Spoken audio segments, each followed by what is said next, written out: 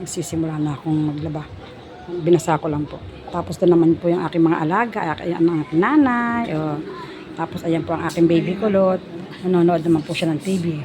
Ito naman po yung aking partner. Habang nagluluto siya, dinuugay-ugay niya po yung aking si baby Kate kasi tulog. Diba? Ganyan po kabait ang aking partner. Tinutulungan niya po talaga ako. Ano bang ulam natin, Heart? Ano ulam? Masyado. Patingin nga, tingnan natin. Tara, tingnan natin. Ito na. Masyadong, bangos. Oh, sursyadong bangus. Patingin nga. Pichay. Yan po. Yan po ang aming ulam. Sursyadong pechay na mayroon pong bangus. Tira po namin, yan o. Yung maliliit, tira po namin, sayang naman po. Hindi may talanggalan. Kaya yan po ang ginawa lang ng aking partner. Ang bait naman ng akin, darling May premyo yan sa akin, mga Maui. Sipag-sipag siya pa naghuhugas ng mga platong yan, mga Maui.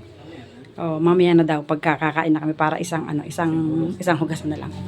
Yan ang babait ng aking mga alaga ngayon, mga Maui. Yan ang ate ko at ang aking baby ko. Tinan niyo naman ang itsura, pinapahirapan ng ate Kaela niya. Ano yung laro mo, baby kulot? Ano yan? Bang bang. Tinan niyo po. Ang gusto niya pong laruan.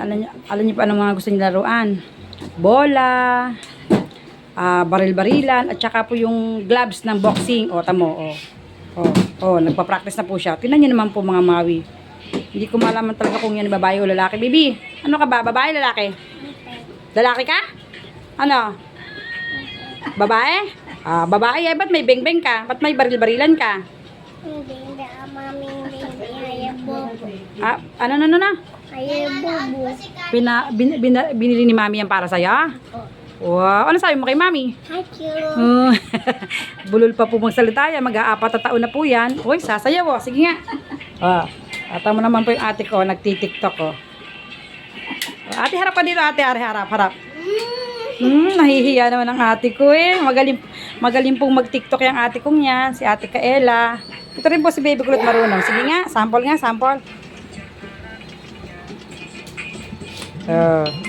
Tingnan niyo naman po, mga Maui, diba? Maganda. Ate, tingin ka nga. Uy, maganda pa po yung ate Kaela kong yan. Ikaw, baby Kate. Ay, baby kulot. Nagtitiktok po, tingnan niyo. Buti naman po yung nanay ko yung mabait din po. Yan lang po, paupo-upo lang po yan dyan. Diba na yan hindi ko po pinaliguan at malamig po. Kasi maan po ngayon, makulimlim. Tingnan niyo po ang panahon dito po sa amin yung makulimlim.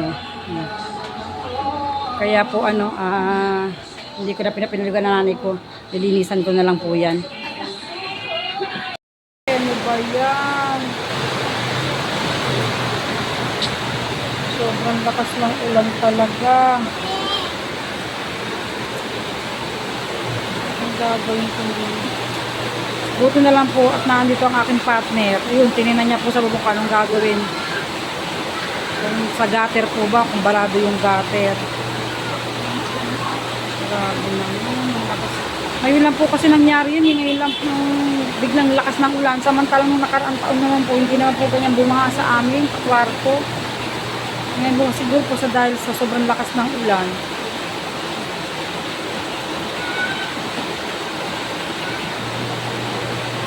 Ito pala, mga Maui, tingnan nyo pala dito. Ang dami palang tulo. Ayan o, tingnan nyo. Ayan po yun o. Yan, papunta po yan dito sa kwarto namin. Ayan po. Baka ho dito na yung tubig. Napasok. Tapos diretso po doon sa kwarto. Dapat yan po. Ang lakas ng tulog. Ayan po, tingnan nyo. Ay, dito po pala nang gagaling. Alam po, ang lakas ng tulog. Yan. Kita niyo po ba? Diretso sa baba ng lababo.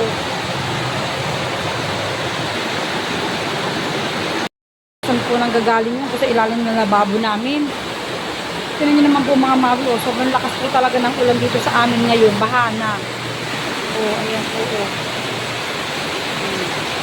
Bahana po.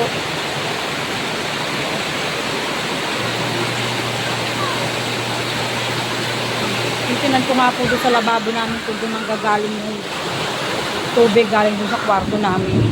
Isang kwarto lang naman po yun, doon sa isa lang naman po.